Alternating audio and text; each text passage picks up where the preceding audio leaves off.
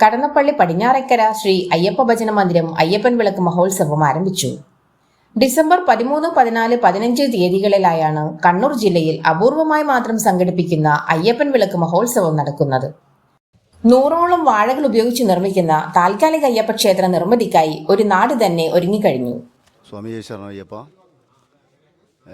അയ്യപ്പൻ വിളക്ക് നമ്മൾ വൃശ്ചിക മാസത്തിൽ മണ്ഡല മാസത്തോടുകൂടി അയ്യപ്പന്മാർ മാലയണിഞ്ഞ് വ്രതശുദ്ധിയോടുകൂടി നടത്തുന്ന ഒരു ചടങ്ങാണ്.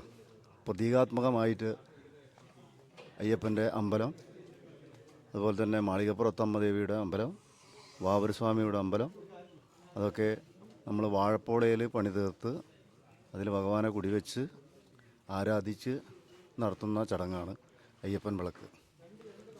അമ്പലം പണി തീർക്കുന്നതിന് വേണ്ടി ഞങ്ങൾ തലേ ദിവസം ഇവിടെ ഈ പന്തലിൽ എത്തിച്ചേരും. വിളക്ക് എവിടെയാണോ നിശ്ചയിച്ചിട്ടുള്ളത് ആ പന്തലിൽ ഞങ്ങൾ എത്തിച്ചേർന്ന് വാഴയൊക്കെ പൊളിച്ച് ഇതിന് കുഴിയൊക്കെ എടുത്തതിന് ശേഷം ഒരു കാൽനാട്ടൽ കർമ്മമുണ്ട്. സ്വാമിമാരൊക്കെ ശരണം വിളിച്ചുകൊണ്ട് അമ്പലത്തിന് കാൽനാട്ടി അതിന് ശേഷം അതിൻ്റെ പണി മൊത്തം പൂർത്തിയാക്കും. പാലക്കൊമ്പ് എന്ന് പറഞ്ഞൊരു സമ്പ്രദായമുണ്ട്. ഒരു പാലയുടെ ഒരു കൊമ്പ് നാട്ടിയിട്ട് അവിടെ ഒരു കർമ്മമൊക്കെ ഉണ്ട്. ആ കർമ്മം കഴിഞ്ഞിട്ട് എവിടെ നിന്നാണോ അത് പുറപ്പെടേണ്ടത് ആ സ്ഥലത്ത് നിന്ന് വെളിച്ചപ്പാട് കെട്ടി ചുറ്റി ആ ക്ഷേത്രത്തിൽ നിന്ന് അതിൻ്റെ മൈതാനത്ത് വെച്ചിട്ട് അത് പാലക്കൊമ്പ് അവിടെ നിന്ന് ഞങ്ങൾ പൂജിച്ചു.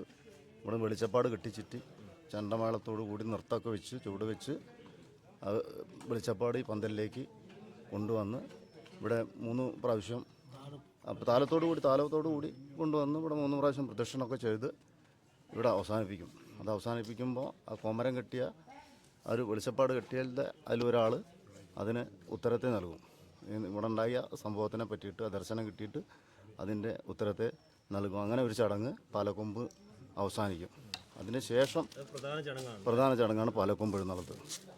അതിന് ശേഷം തായമ്പകം ഉണ്ടാവും, പൂജകൾ ഇവിടെ നടക്കുന്നുണ്ടാവും. അതുകൂടാതെ ഉടുക്കുപാട്ടുണ്ടാവും.